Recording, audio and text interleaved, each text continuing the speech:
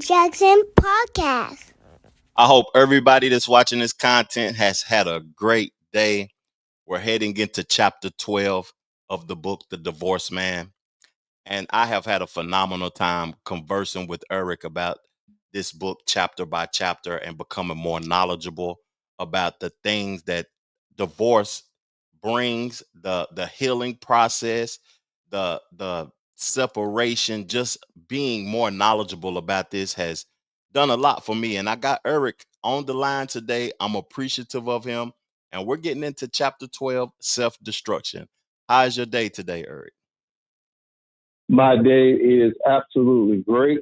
Had a good Sunday, Yes, sir. and I always definitely want to take time to thank you for going through each chapter Hmm. and putting this content out there Yes, sir. because I think it's definitely needed, Hmm. and I appreciate your creative ways to get it out there.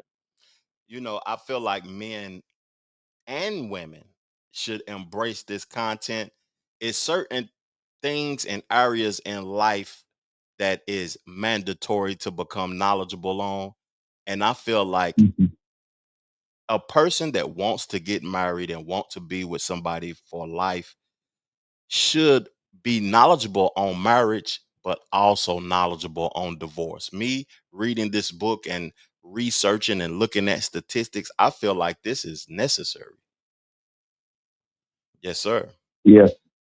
Well, let's get into the first question. I was reading the chapter and this stuck out to me.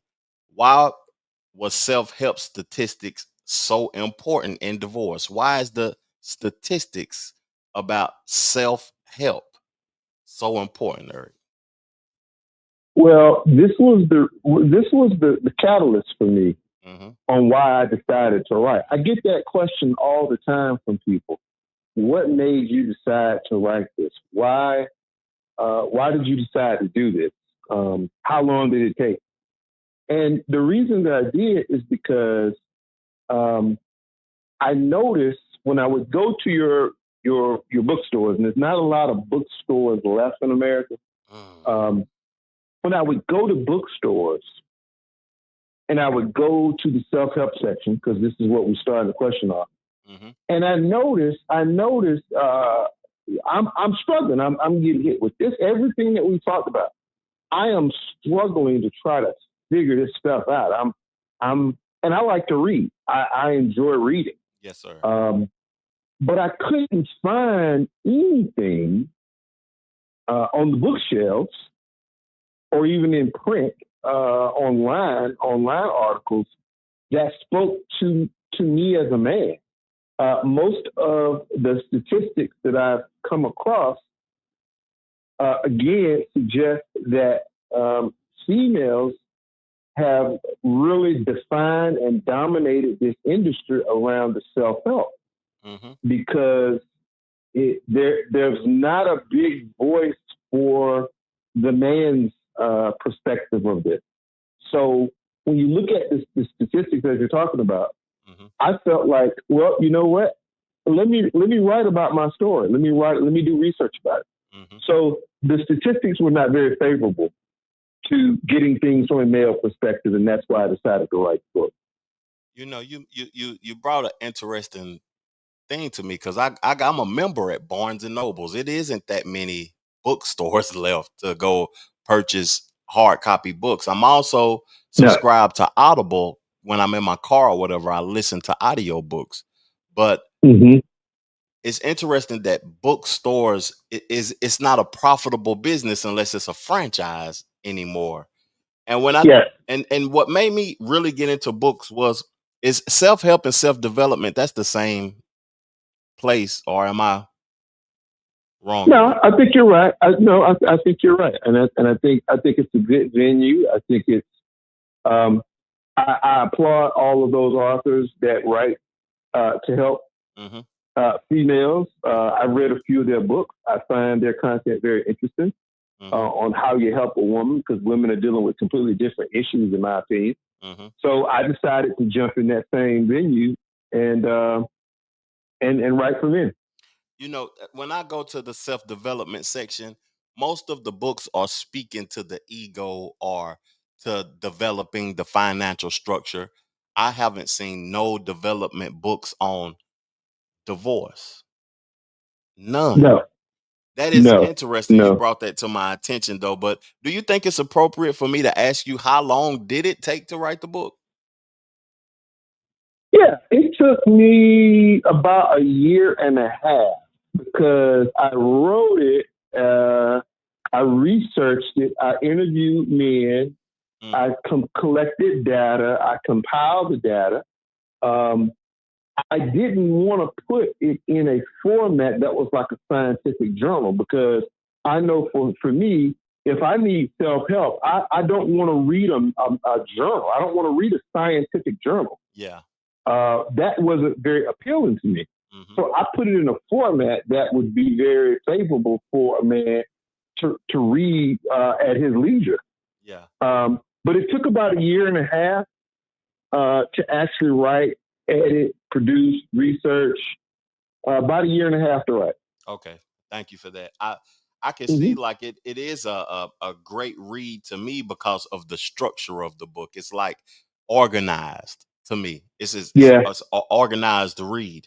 It gets to the levels of divorce of like going through the it court system, healing process, and the beginning of the feelings and the emotions. Because when we started doing the podcast, we was specifically talking about feelings and emotions, the initial response of a divorce. yes, Mm-hmm. yes. I'm taking you through a play-by-play Mm-hmm. of how the divorce is, which I think is a very good move because this is how it's going to be in the real world. Yeah.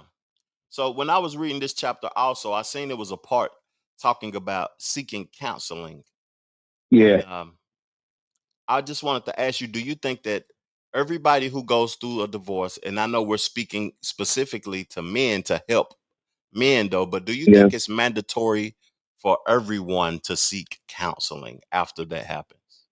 I will say, well, I noticed how you phrased that question.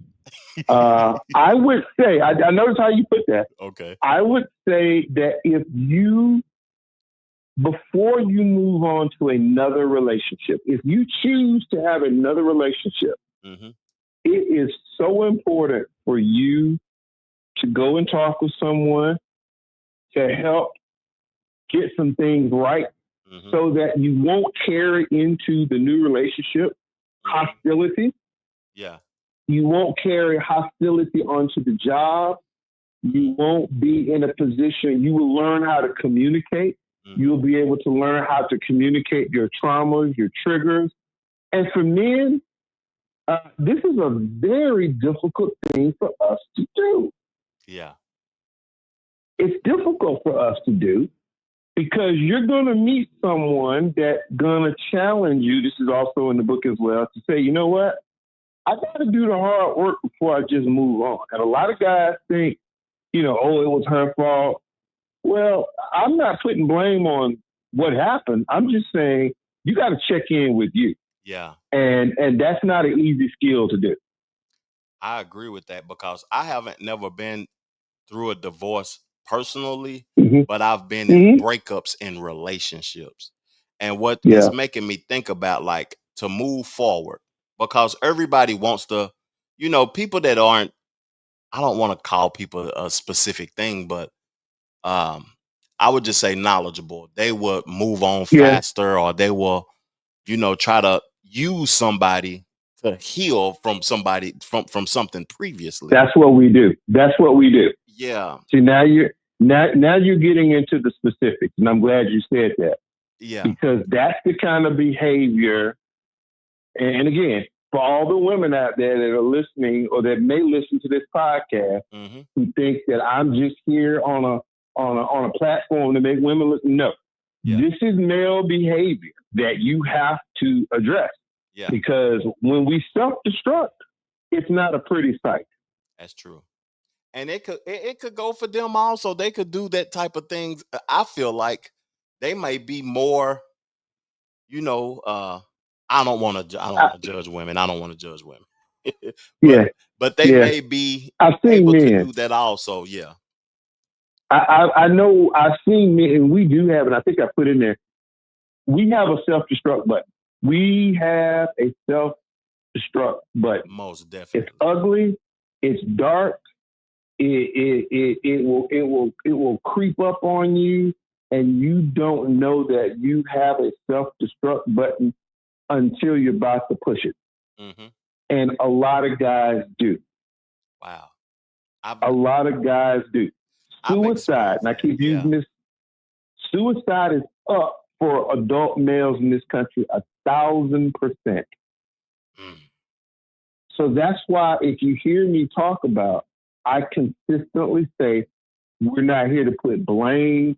We're not here to get into semantics of who was responsible. Hmm. We're saying to you, sir, male, in your journey, find someone that you can talk to. And I definitely want to talk about the person that I talked to, that I talked with. Okay. Find someone that you can build a relationship with because you need this to go forward. I would love for you to talk about the person that you spoke with, but this wasn't even a question I wrote down. So I'm gonna just let you know, be aware of that before I say this. It's Go ahead. the word time came to my thought process. Time, it could be the healing process could be different for some individuals that may have only been married for a year or two, but then for some people that have been married for a dozen years, 20 years.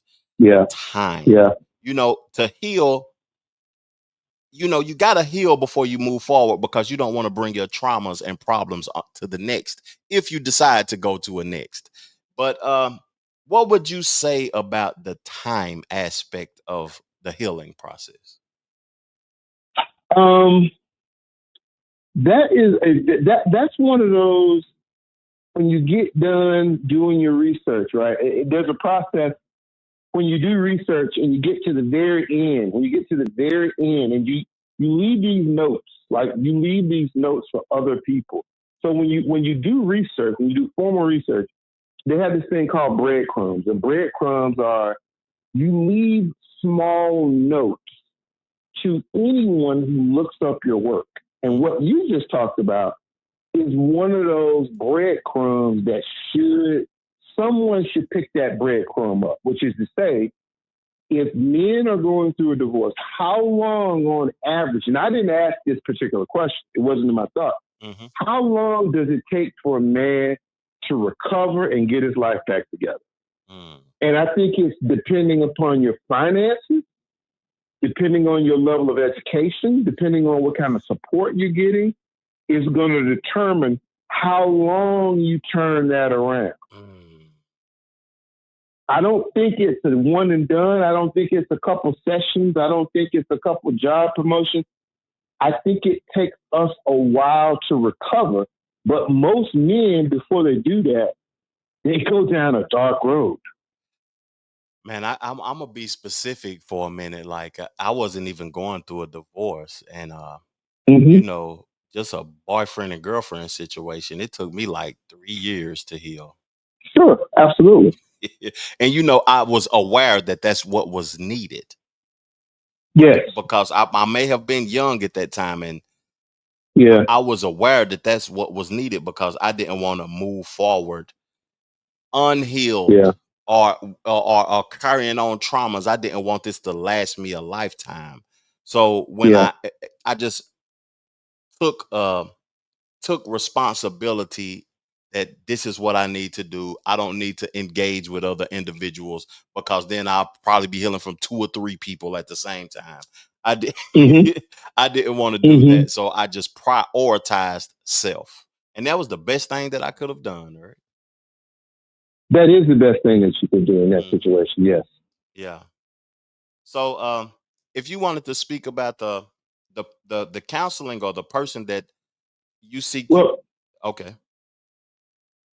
I put that in there because I want to go to one of your questions, and I think Okay. you're talking on because it sets me up for it. Okay. One of the questions that you have, I think it is question number four. Okay. Question number four. I will read it. Um, I'll read it go first to ahead. the audience Go ahead. so they'll know where we're going. Why after a divorce? Why after a divorce you should seek counseling from a male counselor that has been trained to identify past traumas of emotional abuse and dysfunctional behavior. hmm Mm, I put that in the book because at that time, I firmly and I still have a little bit of, I still stand by that statement. And I'm going to tell you why. okay. Because I think that men universal, and this is what drives people insane. It is my belief that men generally speak a similar language. There's some common experiences that we all have, regardless if we're black, white, tall, short, athletic, non-athletic, live in the south, north, on an island, on a mountain. I think there's some common themes that all men, generally speaking, have, and they can relate to each other. Mm-hmm. My conversations with some females were not relatable. They didn't get my trauma. They didn't understand how it was trauma, Mm-hmm. right? So I couldn't have that validation bonding experience. I stand by that rule. I think men, because when you're going through therapy, most of the people who help, who set that up, they ask you, do you want a male or do you want a female? They always ask you that. Yeah. And for me, it really didn't matter. Mm-hmm. What matters is finding a person that will validate your experiences. That is the number one critical part about seeking counsel. Wow. Someone has, and the other ones just did not do it. They did not do it at all. They couldn't relate. Mm-hmm. I had an African American female Mm-hmm. who specialized. I think we talked about this last time. She specialized. She was working for the United States Navy. Mm-hmm. Her specialty was helping men who were deployed overseas, Yes, sir. who received divorce notices internationally. And her job before they came back to the U.S., they would have to talk with her because that's a situation that's a recipe for disaster. Mm-hmm. It's a very traumatic experience. But I liked her. She validated my experiences. And I hope and pray that regardless of who you find someone that's going to validate your experience. That's interesting that a female did that, and she is specifically like she's specifically works with the men that's in the military. She is Yes, assigned. That's what I want. The word I was looking for. She is yes, assigned to men in the military. Uh, yes. wow. That's It happens more than we think. It happens a lot. And how do you deal with that? How does a guy mentally make that adjustment? He's in a situation, or a woman in that way. How do you deal with that? How do you process that? Well, it happens so frequently now that they've got to have people in house to help process you in. And she did a phenomenal job with me. if that is interesting that a female speaking to males about Yeah, the past traumas and the emotional abuse and the dysfunctional behavior, because it's yep, impossible. Is it? I'm learning here. Is it yes, sir. impossible for a woman to be able to Um, relate to those experiences that a man go through in a divorce? I think maybe in situations where she doesn't understand the positionality of men, I don't think that she necessarily validated my male experiences. Mm-hmm. I think she validated my traumatic experience, which Okay. which you have to unearth. You have to unearth those things. You have to be vulnerable enough to unearth those things. You have to have a space, as they say, a safe space. Mm-hmm. You have to have someone that's creating that. Okay. Mm-hmm. And it really honestly helped that she was from the state of Alabama. because we would always start our sessions talking about, well, do you know where this is in Alabama? Do you know where this is? Because my folks are from Alabama and she was from Mobile. Mm-hmm. And that created a level of a bondness with her. She was very complimentary of my USC program. Mm-hmm. She always checked in. Hey, Eric, how's the program going? What are some things that you were talking about? So she was really good at validating me as an individual. And one of the things that men talk about is how they feel so invalidated by the divorce process. Wow. They feel like all the things that you've done, all the tough decisions you've made, all your decisions to go downstairs in the middle of the night when something goes bump, all those things become invalidated for men, and they develop hostility. Hostility leads towards resentment, anger, and then to cover that anger, that's when we start self-destructing between drinking alcohol, doing drugs, becoming recluse, chasing other women, getting into bad relationships that you don't need to be in. Man, Getting with women that you don't need to. That's when we go through those because they have not been validated for us. That's power, because they invalidating the things that I identify with. Yes. Ooh, And let me give you a quick one. Real quick. ooh, that's powerful. There's a lot of guys I know, and I was one of those included. Mm. There's a lot of guys I know that take pride or try to take pride. They may not be professional landscapers. They may not necessarily have a landscaping business, but there was something about getting up on the weekend and cutting the grass and putting flowers in and putting straw out and doing all of those things. That's something that comes from a male experience. Well, if you're with a person that say, "Oh, baby, you don't have to do that. We'll just hire somebody to do that for you." You're taking away that ability to validate themselves as a man. That's what you're doing. Because that's something that we do. That's something that men like to do. A lot of guys I know, they love to do landscaping. They love to cut the grass. That's that rite of passage.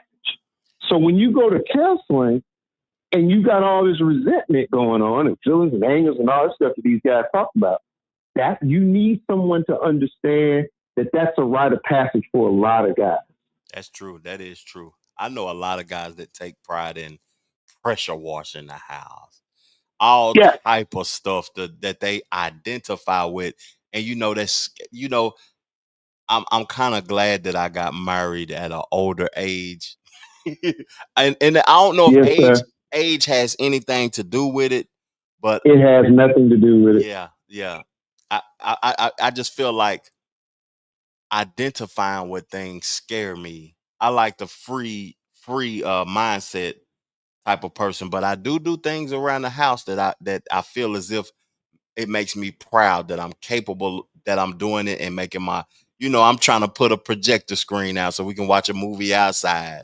You know what Yeah. I'm saying? And it just small Yeah. things. And that is powerful, that, invalidating the things that I identify with. That's sticking out to me right now. It's a thing that gets lost in the sauce because remember, um, the marital counseling situation has changed in America. Mm-hmm. It's changed. So that self-destruction stuff that we're talking about, this is why this part of the book to me is so personal, because I talked about growing up in Atlanta, and there's a bridge um, in East Atlanta, right? And I'd heard stories just as an 11th grader, 12th grader. I heard stories of all these men that ended up under this bridge. I mean, it was kind of notorious, right? And when you go out there and you talk to these guys, you understand that a lot of these guys are veterans. A lot of these guys didn't get good mental health coming back from the military. A lot of these guys could not handle a divorce. It's an Achilles heel that's, I think, in our DNA that we can't process that because we've done so much, and if our experiences don't get validated, it's difficult for us to move on. It's really hard for us. Yeah, yeah. That's crazy because that bridge you talking about, I don't know specifically where it's at, but I can see it right now because I've been there Sure before. you can. I can see it's. I think I'm it's near sure South DeKalb Mall, if I can make an assumption. it's not quite far south to Cab, but it's not that far. It's like right in East Atlanta, and Mhm. you would see anytime I'm going to Athens or anything, in that direction. You just see these guys just sitting there, Yeah, and you wonder why are these guys here? Why are they here? And a lot of them, and again, I'm putting it out there. I think a lot of guys can't handle this process. now They literally cannot mentally handle this type of trauma. this process and this book that you wrote is extremely powerful to me of from a man that hasn't experienced this.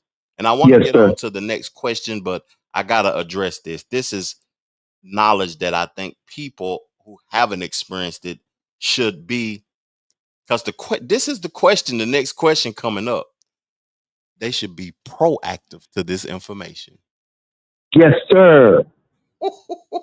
you know, the question that I was going to pose to you is that in the book it talks about frustrating. It's frustrating being a responder and not being proactive. But when I think about this book, it has helped me have an understanding for certain things because I'm being Good. proactive and I don't have to react to the knowledge of this book and read it after something happens. That's the beauty of it. Yeah. And that's part of the socialization process. Mm, That's the breakdown of the, I'm pretty sure there's a more clinical term for it, but that's the breakdown of the father son relationship. See, these are things that are part of that mentorship between father and son. mhm. Look across America right now, you will see fathers are vilified these days. I mean, there's no positive press on fathers anymore. There's always, um, I've even seen where people are saying that mandatory paternity DNA, a lot of states will not allow that. A lot of states do not want mandatory paternity DNA tests. The whole idea of fatherhood is such a, it's just such a thing that was not when I was growing up. It was certainly not in the 60s. It started changing, but now fatherhood has taken that back road. So this process is just trying to, as you said, we got to change the narrative. We got to get men to be educated on this process because literally what's on the line are our mental health, Mhm. our employability, and for a lot of guys, your physical health. Those are three that's at stake here. I've seen guys, and I just had a conversation with a guy that about crashed out. That's the new terminology that the young folks That's the use. new term. That crashed out from losing a job. Yes, sir. And a job is minuscule in comparison to a divorce. The things that I see, and I don't even know how powerful a prenuptial agreement is dependent upon states or whatever though. But when I think about how this guy reacted to losing his job, if he lost his house, if he lost his woman, if he lost his what he What happens? identifies with. What happens when his wife asks him to leave the house? What happens on that? What happens when he has to realize the hard truth that in America, all the woman has to do is ask the man to leave. You need to leave, and if you don't comply, it's gonna be a problem. I'm gonna tell you a story, Eric, and I witnessed this last year because we don't when we go to the airport, me and my wife, we ride Uber. So we coming Yes, back sir. from our anniversary vacation, happy, Mm-hmm. smiling, just had a great experience. And our Uber driver starts talking to us about divorce. Yes, sir. And he was talking to us about he's been living in his car. He's still Mm-hmm. been paying the mortgage. Mm-hmm. He's been paying for the lawyer. And he's Mm-hmm. working multiple jobs to get this behind him. And he talked Mm-hmm. about his wife was the one who did the infidelity. She's still doing the Yes. infidelity, living Yes. in the house that he's paying the mortgage for. Yes, sir. And I was trying to not hear him out, but every word that he says still lives in my head to this day because of the trauma that he was dealing with and how powerful the things that he was talking about was. It's crazy. It's crazy. This is why I write. Yes, sir. This is why I write. This is why I write. This is why I write. Mm-hmm. I write in order to educate, and this is why this podcast is valuable. Yes, sir. It's valuable. This episode is most definitely valuable because, I want to go on to question 6 because I think it's an important question, maybe the most important question of this chapter. But the book Yes. talks about men seeking female validation. Oh boy. Speak to why Whew. it is important not to. I can answer that with my own personal struggles. Mm-hmm. There are two ways that I look at that question. I look at it as a socialization process from child, Mm-hmm. and also modern, the term that's out there, the modern woman. Okay. Men, we have been socialized Mm-hmm. to think that we should seek similar validation that we have perhaps gotten from our mother. Mm. I remember calling my mom for the first time in my child. I was an adult, had a child. I was in grad school, and I'm a grown man now. Grown man, I got a job. I'm in school. Grades came out. I got all A's for the first time in my life. I'm Yes, sir. good and grown. I'm in my 30s. Yes, sir. I picked up the phone. I'm putting myself out here now. Mm-hmm. I picked up the phone. I called my mom and I told her. Mm-hmm. Why did I do her? Because I wanted her to be proud. I wanted her to hear once in my life, once in her life, I got all A's. Mm-hmm. That type of validation, I think, is healthy. I think it's normalized. I think it's healthy Yeah. because your mom is your mom, Yeah, most right? definitely. Yeah. The problem is when we do the same thing with a woman, that's when we lose it. We lose it. Yeah. We reduce the authority that we thought we had, and all of us are guilty of that. Mm-hmm. I put that in the book because modern women, today's women, they do not care about your validation. Mm-hmm. They just don't. It doesn't mean anything to them. Yeah. I would think it does. You may think it does, but it does not mean anything. And I think that men need to shift their thinking, right? And we've got to stop trying to seek female validation. Most definitely. And I agree with what you're saying, and I got some thoughts came to my mind about a couple of things you said, and Mm-hmm. I feel like the reason you shouldn't seek female validation is because you know they, and I'm not concrete with what I'm saying, but they want what they Okay, want. They want what they want, and there you go. That's what in the you book too. what you want may not be the same thing that they want. So Correct.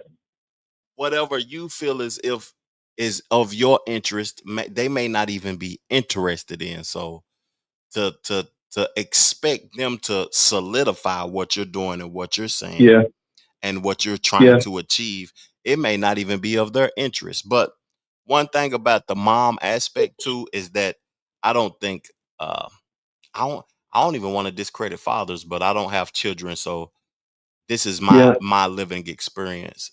Uh from a male's perspective, I don't think nobody can unconditionally love you more than a mother from a male's experience. I would agree with you 1,000%. You and I used to hear that. Mom said, "Now you know I'm your best friend." You know, she say that all. She say that to all your whole. She said that, but she's the only one that you're going to get that.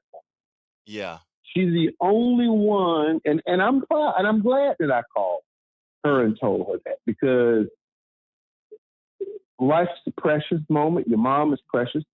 And that's why I put that in there. But that's a shift, as you just said. That's a shift that, as men, we're not putting the weight on women. We're not blaming women. We're not doing anything. We're just saying. I put that in the book. That's one of the things that I learned is we need to stop seeking female validation. You know what's crazy? Because they're not looking for it. What's crazy? What came to my mind also? This is just something quick. Mothers will celebrate what is of your interest because they want to see you happy. Yes, sir. Somebody that is in a relationship with you, if it's not of their interest, also, then they have no reason to celebrate. They have no, Yeah. nor do they take the interest. And that's where men, I'm putting it on men now. You hear me saying this? I'm putting it on men. This is where we have to shift our thinking. We have to. Facts. We have to shift our thinking. Yeah, because she's not mama. And she don't want to be. She's not. She is. She could be a mama. Somebody. She could be. Somebody, just not yours. Oh, yes, sir. Yes, sir. I appreciate that, man. That was very knowledgeable. That was fun too, to be honest with you, because my brain is going right now. I know it is. Self-destruction. I got one more question though, Eric, man. This has been a phenomenal episode too, because every question and every point, I think that is educational and it's entertaining, because if I was listening to this as a listener, I would say that, wow, all of these points has an impact from the start of it, the statistics about self-help, the mandatory seeking counseling, the addressing the past traumas and emotional abuse, and, seeking a male counselor, the being proactive, that was powerful also. And the female validation was great. But this last question, the study on the connection of divorce and mental health illness in men. Oh, the study though, because we talked about the mental health illness, but we didn't talk specifically about the study of it. For the purposes of this particular part of where we at, I have a study. I found the study, and guess what? And I'm glad you set this up, because you're going to see a lot more, and this comes in the book. I use Forbes. I use some other things. There is a study that's out there.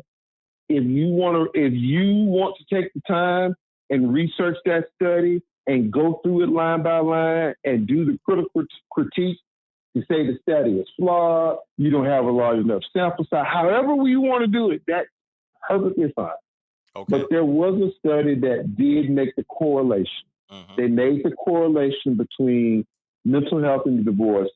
I did not link it to suicide. I did not. I did not. It doesn't make suggestions about that. However, being in this space, hearing men, talking to men, I simply put that in there as a red flag to say, as I've always said, get counseling, get someone, develop a relationship. Yes. If you don't have a job, go to HR and ask your HR department, is there anyone in your division that has the ability because it is critical to your mental health, your employability, as well as your physical health. Yeah, that's powerful. Going to your HR is powerful because you don't want to lose more than you already lost by being stressed out and going to work and all of that type stuff, man. This is a great chapter, man. And what I would say to men is Thank to you. tap into this book. Don't self-destruct. Get knowledgeable. What we just learned today from this episode is be proactive. That is one of the Yes, main things that we learned. Be be proactive. proactive. Yes, sir. Have a game plan before you need it. I appreciate your time all the time. We will be back soon with chapter 13, guys. Make sure that you are subscribed to the playlist. Make sure that you click the link in the description and go purchase the book. And the second book is out also. So be proactive and purchase the second book. Thank you guys for your Yes. time. We appreciate you all. We're gone.